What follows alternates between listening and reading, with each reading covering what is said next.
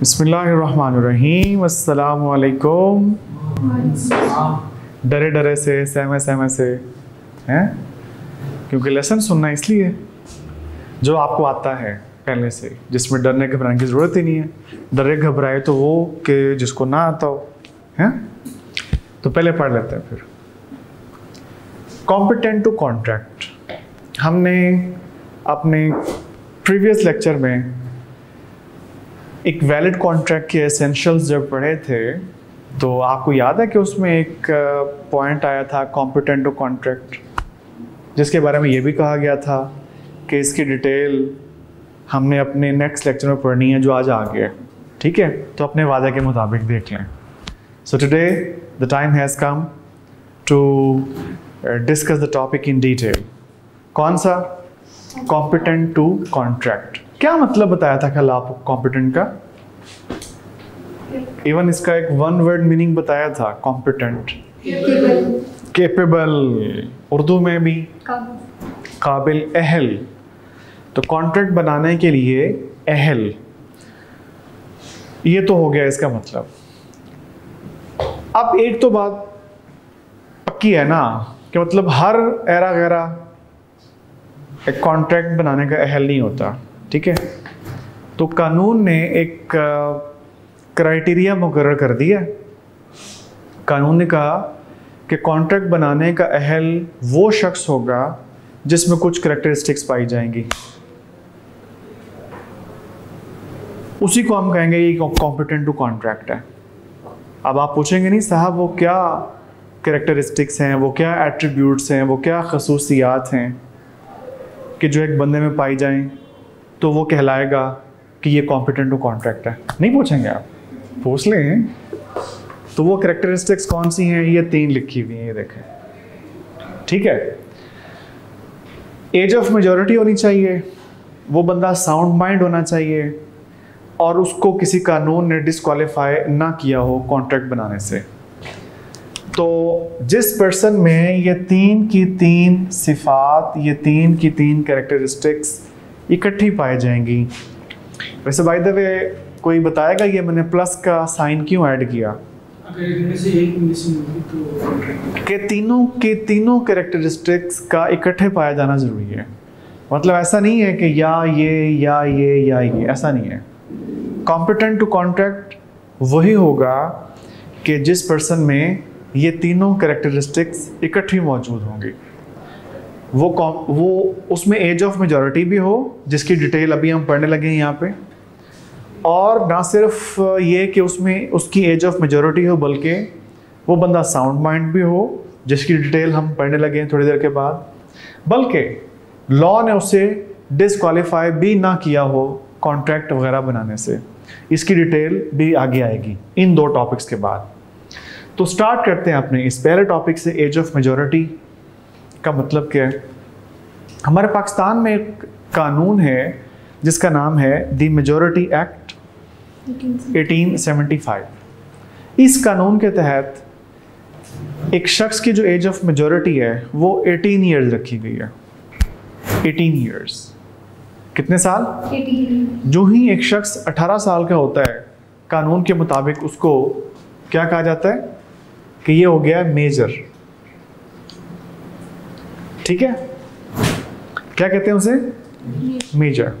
क्या मतलब? इससे पहले वो कैप्टन था हैं? क्या उससे पहले वो लेफ्टिनेंट था?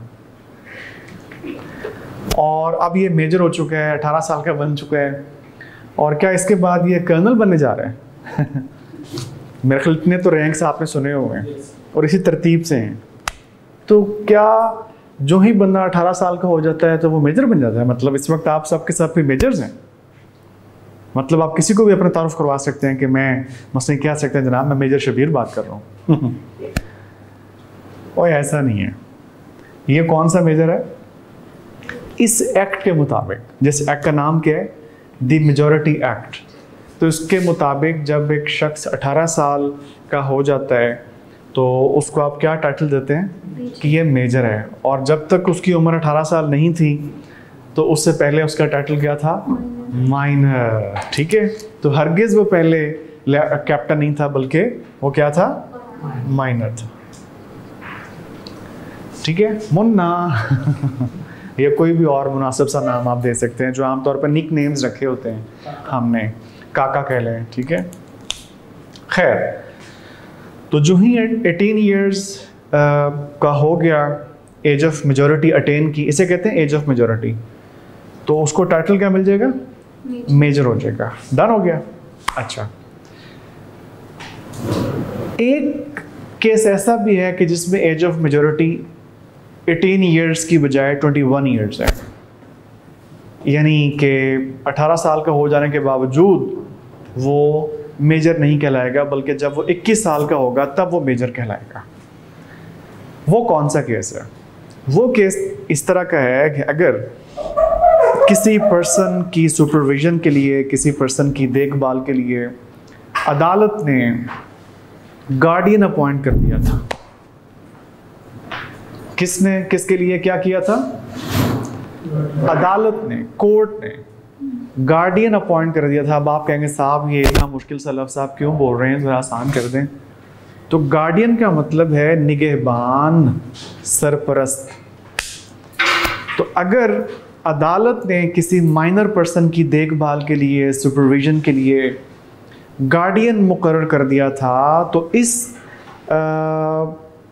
गार्डियन की जो ज़ेर सरपरस्ती माइनर रह रहा है, जो ज़िंदगी बसर कर रहा है, इस माइनर की एज ऑफ मेजॉरिटी 18 ईयर्स नहीं है, बल्कि इसकी जो एज ऑफ मेजॉरिटी है वो 21 ईयर्स है। अब इस भाई के ज़हन में क्वेश्चन आ रहा है कि क्या पड़ी है किसी कोर्ट को कि वो किसी माइनर की देखभाल के लिए गार्डियन अपॉइंट कर दे, निगहबान मुकर्रर कर दे, सुपरवाइज़र मुकर्रर कर दे। उर्दू में एक और लफ्ज़ भी है, सरपरस्त, सुना पड़ा कभी आपने, होगा, मुकर्रर कर दे। कोर्ट को क्या पड़ी है?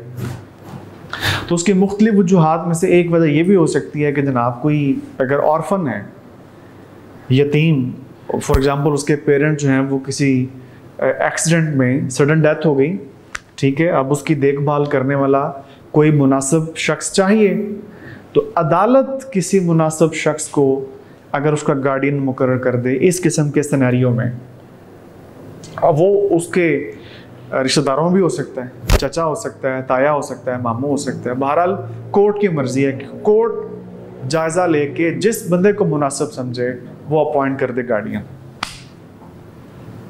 तो ये माइनर फिर क्या कहलाएगा कि ये एक ऐसा माइनर है who is leading his life under the supervision of a guardian, और गार्डियन भी अपॉइंटेड बाय द कोर्ट। अब इसकी एज ऑफ मेजॉरिटी कितनी होगी फिर? 21 ईयर्स। इसकी फिर 18 साल नहीं होगी, बल्कि इसकी उम्र होगी 21 साल, क्योंकि वो कहते हैं कि थोड़ा सा ये और यानी कि सियाना हो जाए अपनी ज़िंदगी के फैसले करने के लिए, इसमें थोड़ी मैच्योरिटी और आ जाए, ठीक है, इसलिए थोड़ा सा एज को इंक्रीज़ किया गया। उसके बाद फिर अपने फैसले खुद ले सकता है, ये इतना सियाना काबिल हो जाएगा। तब तक इसका गार्डियन उसको ज़रा सुपरवाइज करेगा, देखेगा, इसकी निगहबानी करेगा, सरपरस्ती करेगा। जी बताएं, ये एज ऑफ मेजॉरिटी के दोनों केसेस समझ आ गए? दूसरे में गार्डियन की एज 21। ओहो, माइनर सर अपने माँ बाप से ज़्यादा। अरे बाबा, गार्डियन अपॉइंट किसने करना है? कोर्ट ने। तो इस गार्डियन की सरपरस्ती में जो माइनर जिंदगी बसर कर रहा है, उस माइनर की उम्र जब 21 साल हो जाएगी तब वो मेजर कहलाएगा। ओके हो गया ये चीज? चलें बताएं, सब लोग क्लियर है? एज ऑफ मेजॉरिटी वाली दोनों बातें समझ आ गई हैं। चलें जल्दी से इसको कंक्लूड करते हैं। एज ऑफ मेजॉरिटी में कितनी एजेस आती हैं? दो। कौन कौन सी? एक है 18 ईयर्स और दूसरी 21 ईयर्स। 18 ईयर्स की सूरत में कि अगर एक ऐसा माइनर जिसकी सरपरस्ती के लिए कोई गार्डियन अपॉइंट कोर्ट ने नहीं किया था, यानी ये वो माइनर है कि जो अपने वालिदैन की सरपरस्ती में ज़िंदगी बसर कर रहा है। अल्हम्दुलिल्लाह हम सब बोले हैं, ठीक है, जैसे कि आम सब जितने भी जनरली यही होता है ना। तो इस माइनर की जो एज ऑफ मेजॉरिटी है वो 18 ईयर्स है। लेकिन वो जो दूसरा केस मैंने आपको बताया था और उसका पस मंज़र भी आपको बता दिया था विद एग्जांपल। वो सडन डेथ ऑफ पेरेंट्स की वजह से कोर्ट की तरफ से गार्डियन अपॉइंट करना पड़ गया, तो उस सूरत में फिर एज ऑफ मेजॉरिटी 21 ईयर्स हो जाएगी। मेजर का कॉन्सेप्ट समझने के बाद अब कुछ एडिशनल पॉइंट्स हैं इसी से मुतालिक, इसी टॉपिक से मुतालिक, ठीक है। अच्छा, लेकिन एक बात तो तय हो चुकी है कि पहले वाले केस में 18 साल से कम अगर उम्र होगी और दूसरे वाले केस में 21 ईयर्स से कम एज होगी तो उसको हम क्या कहेंगे, माइनर कहेंगे। ओके, तो माइनर से रिलेटेड कुछ एडिशनल पॉइंट्स है जो अब हम पढ़ने जा रहे हैं। तो मैंने कहा कि मुनासिब है कि यहाँ वजाहत कर दूँ कि ये जो एडिशनल पॉइंट्स अब आ रहे हैं इनका ताल्लुक किससे है, माइनर से, ठीक है। तो सबसे पहला पॉइंट है जी, rule of estoppel does not apply. कौन से वाला? ओहो यार, बहुत शुक्रिया आपका, थैंक यू वेरी मच यार। इतना देखें, ये होता है कुछ सियाने बंदे पास होने चाहिए हमारे को, बुजुर्ग किस्म के, जो वो उसूल है। वैसे हम ऑलरेडी ये बात पढ़ भी चुके थे, लेकिन अब यहाँ पे लिखी भी आ गई कि माइनर के साथ किया हुआ एग्रीमेंट क्या होता है, वॉइड होता है। याद है गालिबन कल से पहले जो हमारा लेक्चर था ना, उसमें हमने ये बात पढ़ी थी कि माइनर के साथ अगर एक एग्रीमेंट किया, माइनर ने एग्रीमेंट खुद किसी के साथ किया या किसी ने एग्रीमेंट माइनर के साथ किया, वैसे दोनों में फ़र्क क्या है? जो मैंने पहला जुमला बोला, माइनर ने एग्रीमेंट किया किसी के साथ, तो इसका मतलब है इनिशिएट माइनर ने किया। और दूसरा केस क्या था, किसी ने अगर एग्रीमेंट कर लिया माइनर के साथ, तो इसमें क्या है, इनिशिएट उस दूसरे बंदे ने किया। तो बहरहाल कॉन्सिक्वेंस सेम है, नतीजा एक ही है। वो क्या कि ये एग्रीमेंट वॉइड है। माइनर के साथ जो एग्रीमेंट है वो वॉइड है, वॉइड एब इनिशियो। ये वो अल्फाज हैं जो आपको प्रीवियस लेक्चर के अंदर समझा चुका हूँ। कल से पहले वाला जो लेक्चर था, कल वाले में नहीं, इससे पहले जो हमारा लेक्चर था उसके अंदर हम ये डिस्कस कर चुके हैं। वॉइड का मतलब डिस्कस कर चुके हैं, एब इनिशियो का मतलब डिस्कस कर चुके हैं। याद आ रहा है ये? तो माइनर के साथ किया हुआ एग्रीमेंट वॉइड है। अब शुरू करते हैं, ठीक है। वो एक पॉइंट जो रह गया था उसको भी पढ़ने के बाद नहीं लिया तो फिर आपकी गलती है, ठीक है। बहुत मासूम में आप लगते, तो आप भी माइनर हैं। वॉइड वो पूरा एक पूरा टॉपिक इसके ऊपर था, डिफरेंट टाइप्स ऑफ कॉन्ट्रैक्ट, ठीक है। एक लेक्चर हुआ इसी के ऊपर है, तो उसमें फिर मैंने वॉइड एग्रीमेंट को भी डिस्कस किया अलॉन्ग विद एग्जांपल। वो जरा प्लीज सुन लीजिएगा, पूरा लेक्चर ले लीजिएगा। ले जी, एडिशनल पॉइंट्स में से पहला पॉइंट क्या है, rule of estoppel does not apply to minor. अब आप यकीनन पूछेंगे कि इतना मुश्किल सा लफ्ज़ है, क्या मतलब इसका, एस्टॉपल का? वन वर्ड मीनिंग पहले बता दें आपको, टू स्टॉप, फिर उसके बाद तफसील में चलते हैं। वन वर्ड मीनिंग क्या आ गया? टू स्टॉप मतलब रोक देना किसी को। ये तो हो गया इसका लफ्ज़ी मतलब। एस्टॉपल, टू स्टॉप समवन, किसी को रोक देना, मना कर देना, प्रिवेंट कर देना। डन हो गया, लिख लिया? चलें अब इसकी डिटेल में चलते हैं। और इधर देखें, अभी एस्टॉपल और माइनर का आपस में ताल्लुक नहीं बताने लगा, पहले मैं आपको एस्टॉपल की वजाहत करने लगा, इसके बाद फिर इस पॉइंट की तरफ आएंगे, ठीक है। अभी तो एस्टॉपल के ऊपर ही हूं मैं। लफ्ज़ी मतलब क्या सीखा आपने? टू स्टॉप, किसी को रोक देना, मना कर देना। अब थोड़ी सी इसकी वजाहत। रेडी हैं? किताब पे नहीं देखने नहीं मिलेगा यहाँ पे, जुबानी सुने समझे अच्छी तरह, ये आइंदा भी आएगा, तो आज ही इसको अच्छी तरह समझ लें। अगर कोई एक पर्सन कोई एक स्टेटमेंट दे ख़ास तौर पे किसी के सामने, तो कानून ये है कि वो बंदा अपनी दी हुई स्टेटमेंट के लिए बाउंड हो जाता है, और बाद में अगर वो स्टेटमेंट देने वाला शख्स अपनी दी हुई स्टेटमेंट, अपने दिए हुए बयान से मुकरने की कोशिश करता है। अब मुकरना तो पता है ना, क्या नहीं पता? इनकार करना, बैकआउट करना।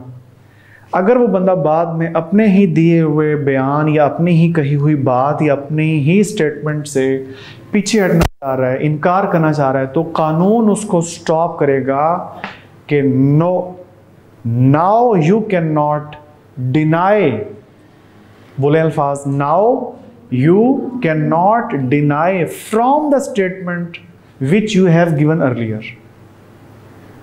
अब आप पक्के हैं, पाबंद हैं, जो आपने कह दिया था उसके लिए, अब आप उससे पीछे नहीं हट सकते। मिसाल के तौर पे अब इस कॉन्सेप्ट को समझाने के लिए मैं एक छोटी सी मिसाल देता हूँ। मसलन एक शख्स किसी की मौजूदगी में कहता है कि जी मैं एक फर्म का पार्टनर हूँ। फर्म तो पता है ना, फर्म, पार्टनरशिप, वैसे हमने आगे जाके सिलेबस में पढ़ना भी है, लॉ ऑफ पार्टनरशिप।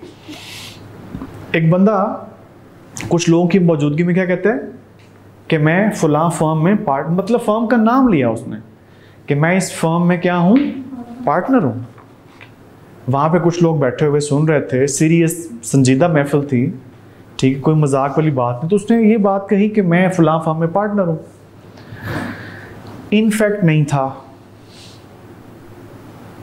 गप मार रहा था।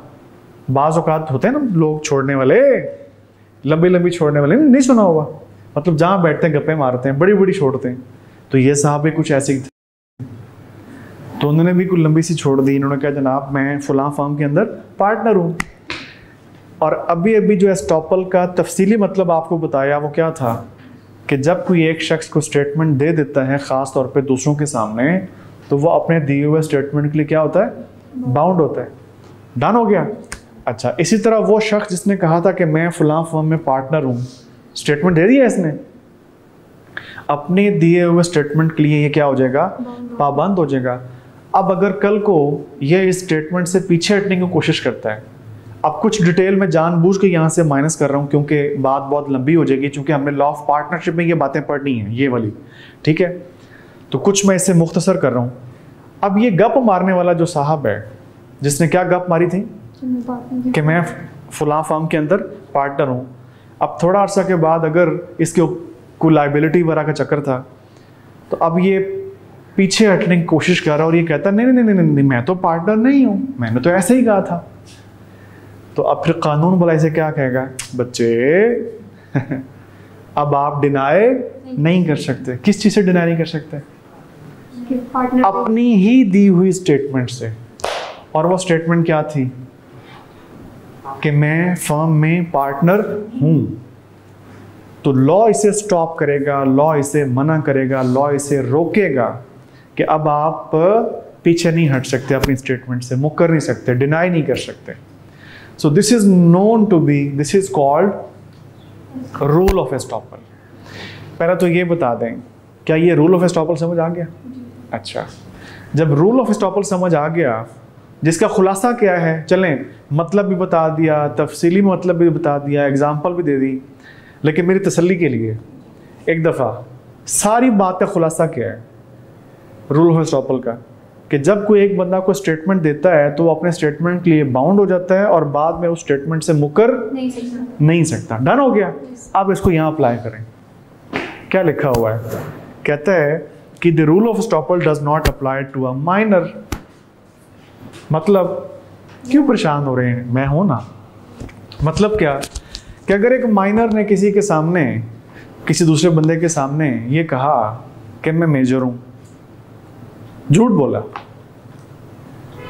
झूठ बोला, इसने गलत बयानी की, क्या कहा इसने, मैं मेजर हूं, हालांकि क्या है, माइनर। हकीकत ये है कि ये माइनर है, लेकिन दूसरे बंदे से झूठ बोला, इसने कहा मैं मेजर हूं, और इसने उसको कायल कर लिया एग्रीमेंट बनाने पे,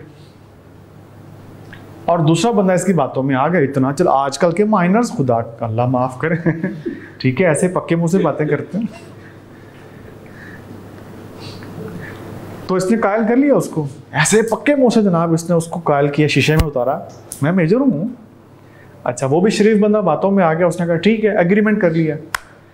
अब मैं आपसे क्वेश्चन करने लगा हूँ, या अल्लाह खैर, इस पूरी पिछली गुफ्तगू को जहन में रखते हुए इस क्वेश्चन का आपने आंसर करना है। सवाल ये है कि चाहे इस माइनर ने झूठ बोला, इसने अपने आप को मेजर शो किया, दूसरे बंदे से एग्रीमेंट कर लिया, क्या अब हम इस माइनर को ये कंपेल कर सकते हैं कि नहीं अब तुम बाउंड हो गए हो इस एग्रीमेंट के लिए, अब इसे पूरा करो?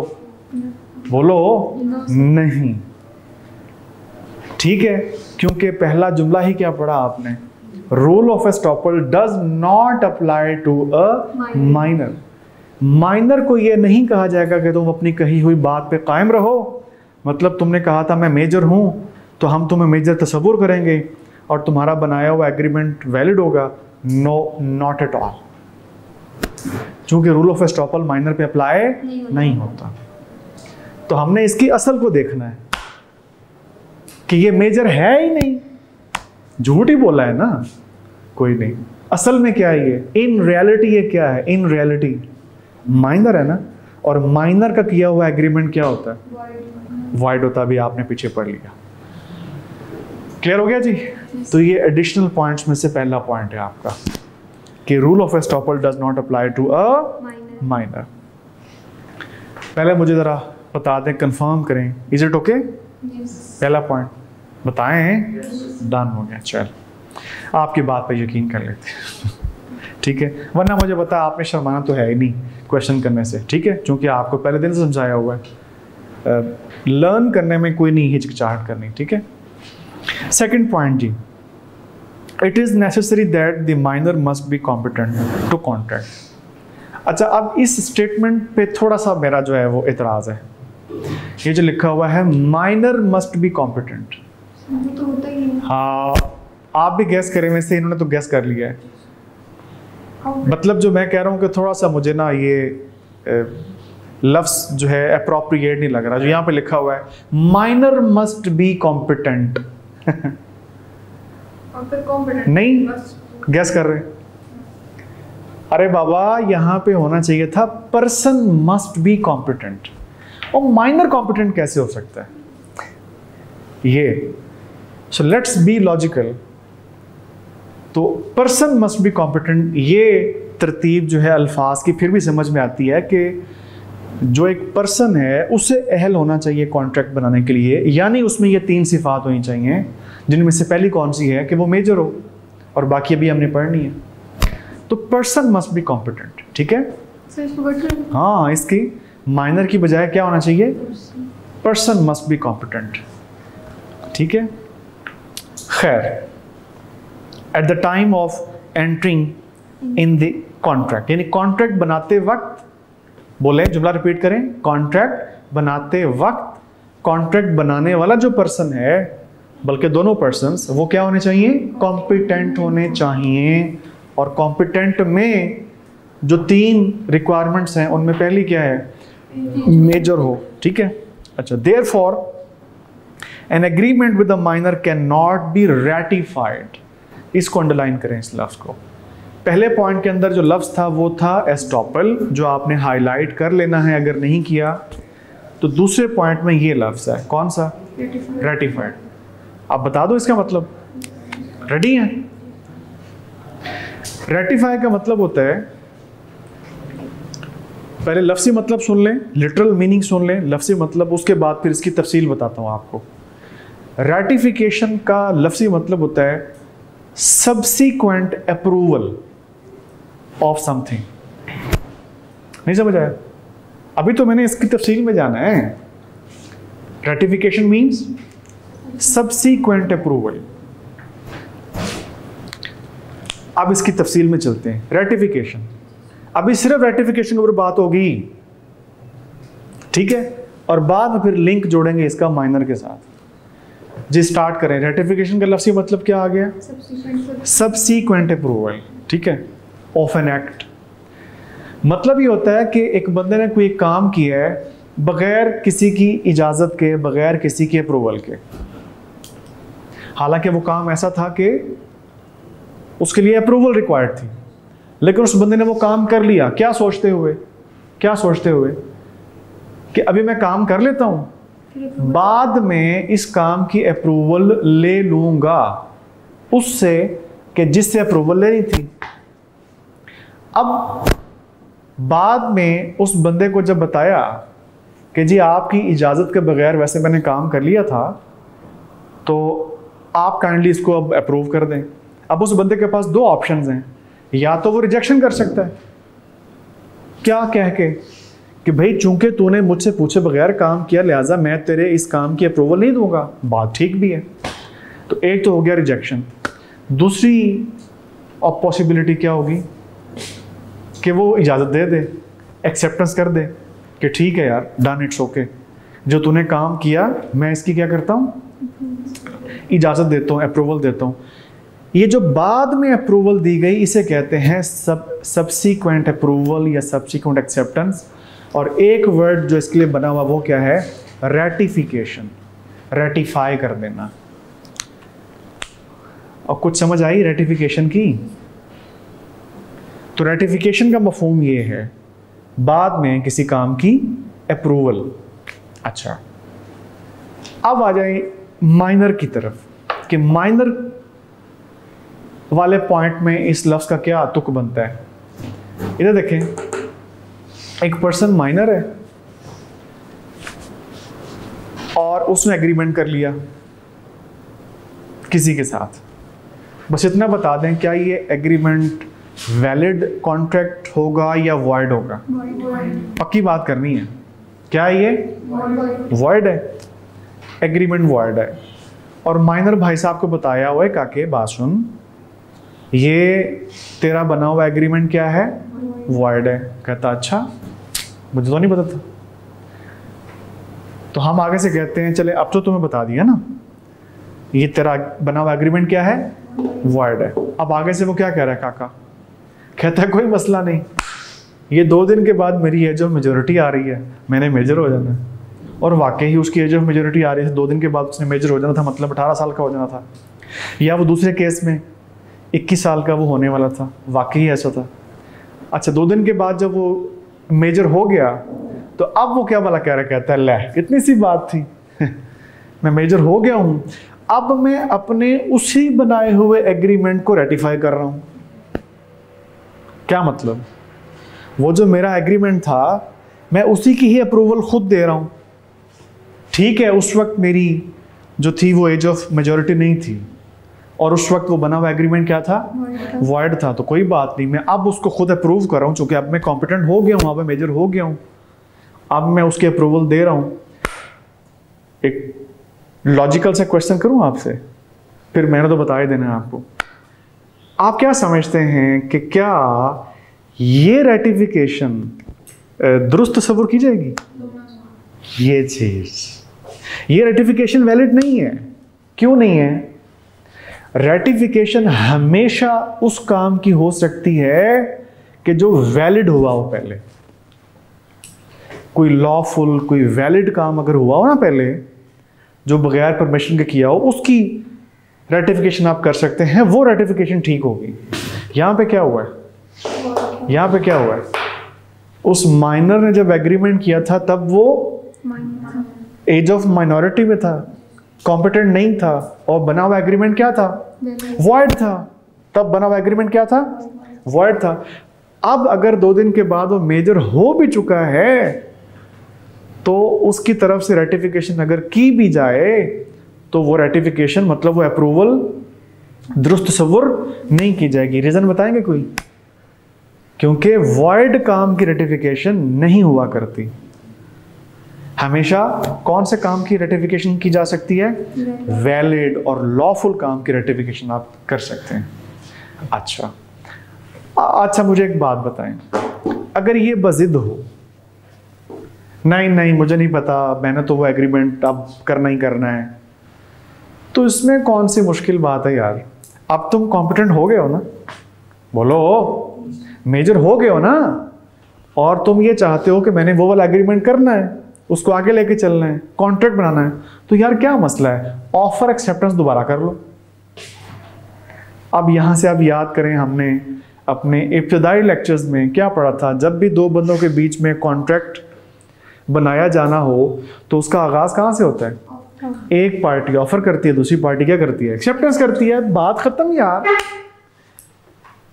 और माइनर भाई, जो आप मेजर हो गए हो साहब का माइनर एक्स माइनर हैं, जब क्या हो गए हो, मेजर हो गए हो ना कॉम्पिटेंट।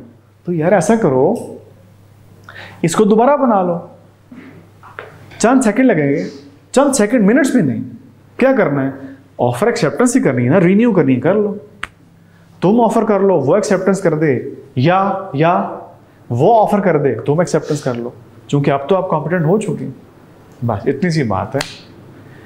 और अगर ये कहता है नहीं मैंने तो नहीं दोबारा ऑफर एक्सेप्टेंस करनी, मैंने तो उसी की बुनियाद पे बात को आगे लेके चलने ला, फिर तू भी अड़ जा, और लॉ तुझसे ज्यादा अड़ियल है। लॉ का उसूल है क्या, रेटिफिकेशन नहीं हो सकती। किसकी रेटिफिकेशन नहीं हो सकती, वॉइड की। ठीक है, ये चीज और समझ आई, ये चीज। तो ये दो टेक्निकल किस्म की बातें आज आपने सीखी हैं अभी तक, अभी आगे बातें जारी हैं। पहला पॉइंट क्या था, ये ऑपरेट करता है कि इस केस में जो अभी हम पढ़ रहे हैं, इस केस में जो अभी हम पढ़ रहे हैं, इसमें उसने रेटिफिकेशन की थी जो माइनर से मेजर हो चुका था।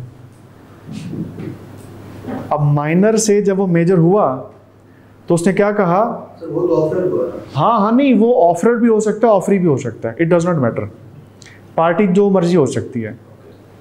हम इस वक्त किस कॉन्टेक्स्ट में सारी गुफ्तगू कर रहे हैं कि वो बंदा जिसने रेटिफिकेशन की वो अब मेजर हुआ है, और जब अमल किया था तब वो माइनर था, और जब अमल किया था तब वो माइनर था, लिहाजा वो एग्रीमेंट वॉइड था। लिहाजा हमें क्या करना होगा, रेटिफिकेशन नहीं करनी, क्या करनी है, एग्रीमेंट ही नया करना है, एग्रीमेंट ही नया करना है। एग्रीमेंट नया करने से मुराद क्या ले रहे हैं हम, जो अभी आपने अल्फाज बोले, कौन से वाले, ऑफर एक्ट दोबारा कर लो, यानी एग्रीमेंट की न्यू कर लें आप, कोई मसला नहीं। अब चाहे ऑफर ये पहले कर ले, वो एक्सेप्टेंस कर ले, या वो जो दूसरी पार्टी है वो ऑफर पहले कर दे, ये एक्सेप्टेंस कर दे। कितना टाइम लगा मुझे आप बताएं ऑफर एक्सेप्टेंस करने में? लाइक मैं और आप ऑफर एक्सेप्टेंस करते हैं, 2-4 सेकंड लगे, इतना ही काम है। मिसाल के तौर पे गाड़ी सेल करनी थी, आपने अपनी, आप मुझे ऑफर दे दें, एक जुमला बोल दें, बोले ज़रा सर मैं आपको अपनी गाड़ी 50 लाख में सेल करना चाहता हूँ, हाउ मेनी सेकंड्स, 3-4 सेकंड। और मैंने बोला क्या कहा, यस, लेस देन 1 सेकंड। लो जी, ऑफर एक्सेप्टेंस सारी कितने सेकंड्स में होगी, 5 सेकंड में, बात खत्म। हाँ, ये आप कल मेरे ख्याल नहीं था ना, कल के लेक्चर में ये पॉइंट डिस्कस कर लिया हमने कि क्या कॉन्ट्रैक्ट का रिटर्न होना ज़रूरी होता है या ऑरल भी कॉन्ट्रैक्ट हो सकते हैं। तो आप काइंडली काम कीजिएगा, इसकी रिकॉर्डिंग सुन लीजिएगा, इसमें इस पॉइंट को मैंने डिस्कस किया हुआ है कि ऑरल या रिटर्न कॉन्ट्रैक्ट, मतलब क्या ज़रूरी है कि हर कॉन्ट्रैक्ट रिटर्न ही हो। ठीक है, तो उसके ऊपर कल हम डिस्कशन कर चुके हैं। अच्छा जी, 2 बातें हो गई हैं, रिवाइज करें। पहले पॉइंट में क्या सीखा था आपने, rule of estoppel does not apply to minor. दूसरे में क्या लर्न किया कि जो रेटिफिकेशन है एक माइनर मेजर होने पे नहीं कर सकता। ठीक है, एक माइनर ने एज ऑफ माइनॉरिटी में एग्रीमेंट किया था, एग्रीमेंट वॉइड था, और जब ये मेजर हो जाए तो मेजर हो जाने पे अपने उसी वॉइड एग्रीमेंट को रेटिफाई नहीं कर सकता, उसकी अप्रूवल नहीं कर सकता, क्योंकि वो वॉइड है। और कानून का उसूल क्या है कि रेटिफिकेशन हमेशा आप उस काम की कर सकते हैं कि जो वैलिड था, जो लॉफुल था, जायज़ था, कानूनी था, लीगल था। ठीक है, चलें जी तीसरे पॉइंट की तरफ आ जाएं। Minor can not be declared insolvent. क्या मतलब इंसॉल्वेंट का? वैसे अब हमारा जो कल का टॉपिक है उसमें ये इंसॉल्वेंट बाकायदा एक हेडिंग आएगी जिसको मैं तफसील से बयान करूंगा, लेकिन सिंपल वर्ड्स में अभी ज़रा बता देता हूँ। इंसॉल्वेंट का उर्दू में मतलब, मेरा तो ख्याल सबने सुना हुआ है, दिवालिया। ठीक है, अच्छा, अब हमें उर्दू के मतलब से गरज नहीं है, हमें गरज है कि इसका तफसीली मतलब बताएं। तो इंसॉल्वेंट का मतलब होता है कि अगर किसी शख्स पे लाइबिलिटीज इतनी ज़्यादा हो जाएं, लाइबिलिटीज मतलब उस पे जो डेट्स हैं, कर्जे हैं, लोन्स इतने ज़्यादा हो जाएं कि उन डेट्स को, उन लाइबिलिटीज़ को अदा करने के लिए अब उसके पास एसेट्स या तो हैं ही नहीं या इतने कम हैं कि लाइबिलिटीज़ को नहीं उतारा जा सकता। जिसे बैंकरप्ट भी कहते हैं, आमतौर पे बैंकरप्ट कहते हैं, दिवालिया कहते हैं, इंसॉल्वेंट कहते हैं।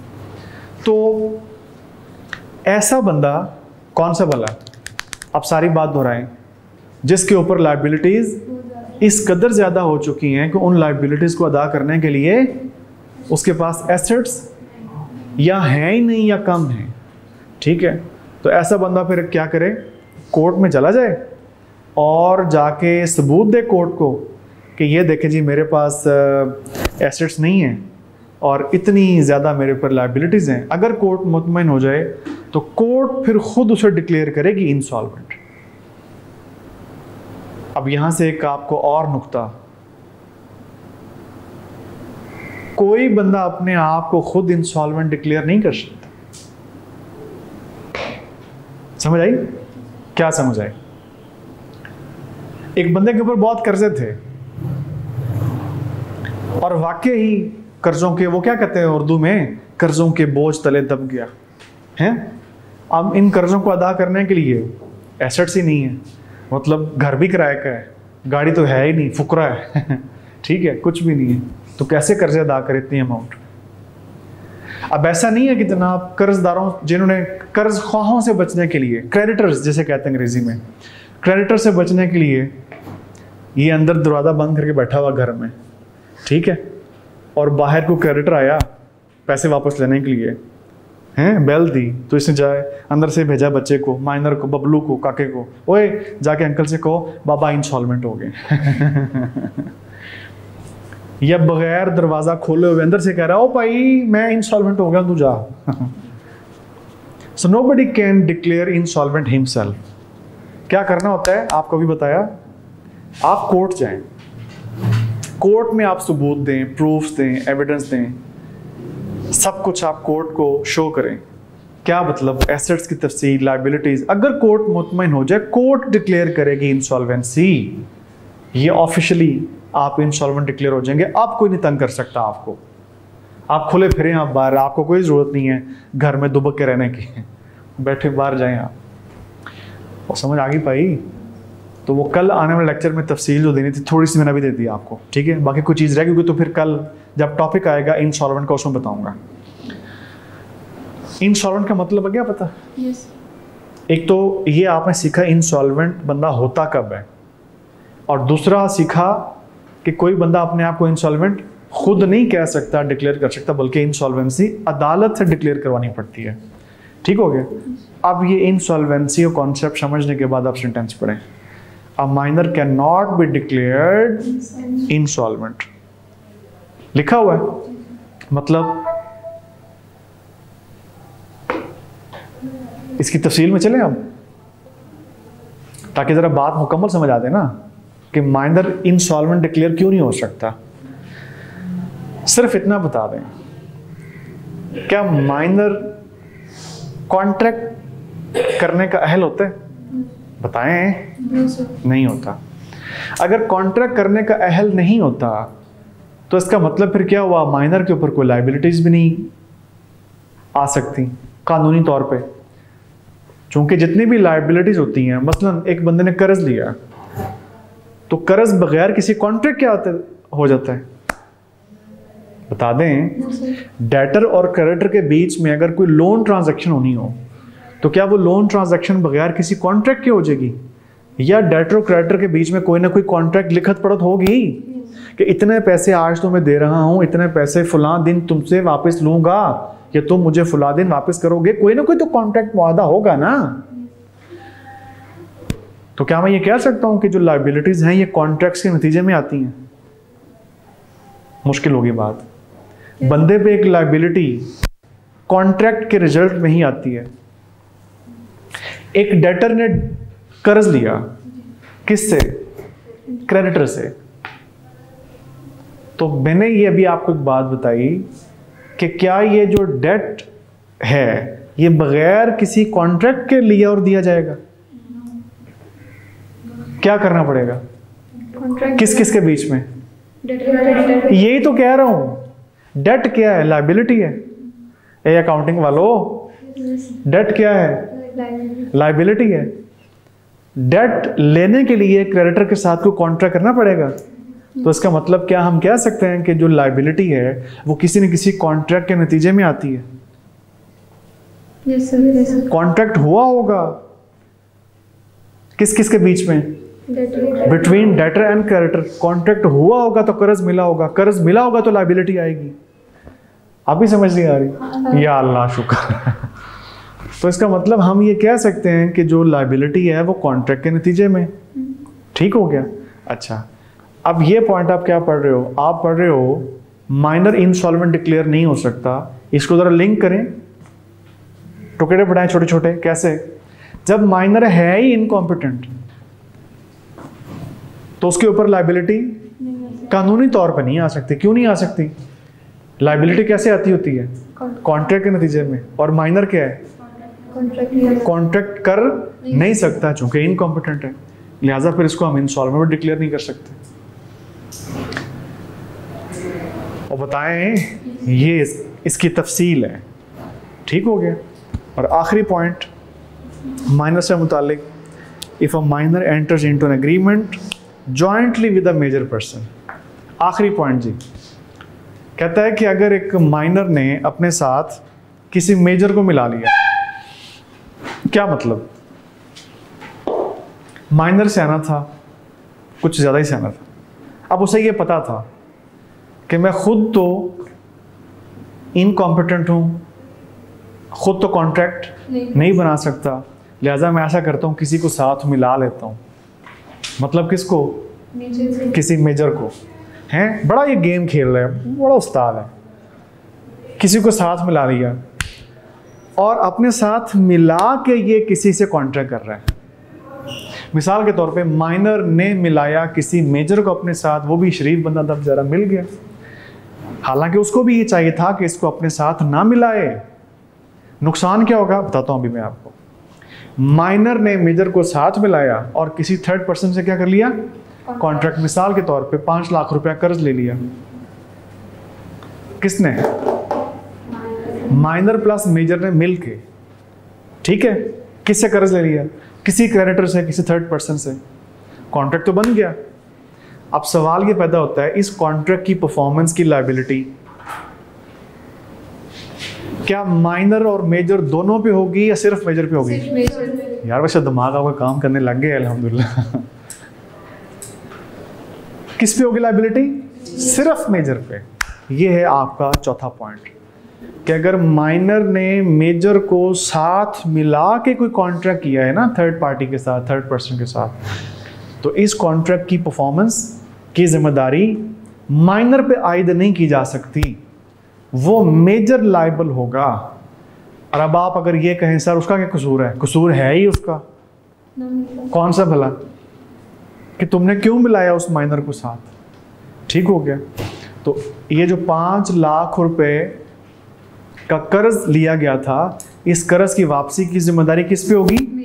सिर्फ मेजर पे।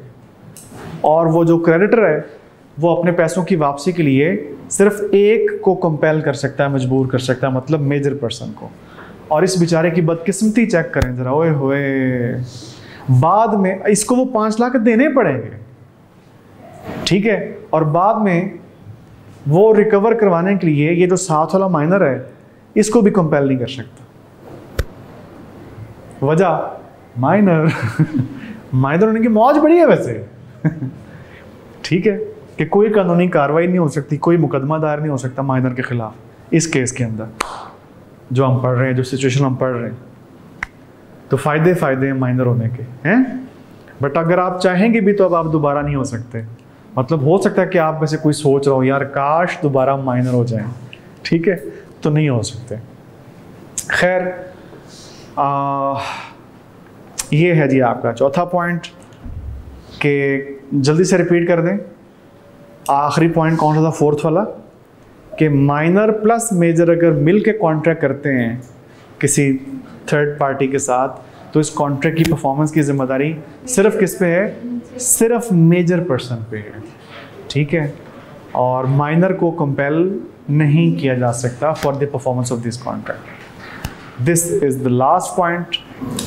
फिर आगे वैसे टॉपिक आज ये भी करना था, लेकिन मेरा ख्याल टॉपिक टाइम यहीं पे ख़त्म हो गया हमारा, तो कोई बात नहीं, यहाँ से ऑनवर्ड्स फिर हम इंशाल्लाह कल पढ़ लेंगे, ठीक है जी। Wish you best of luck, कल मिलते हैं इंशाल्लाह। अल्लाह हाफ़िज़।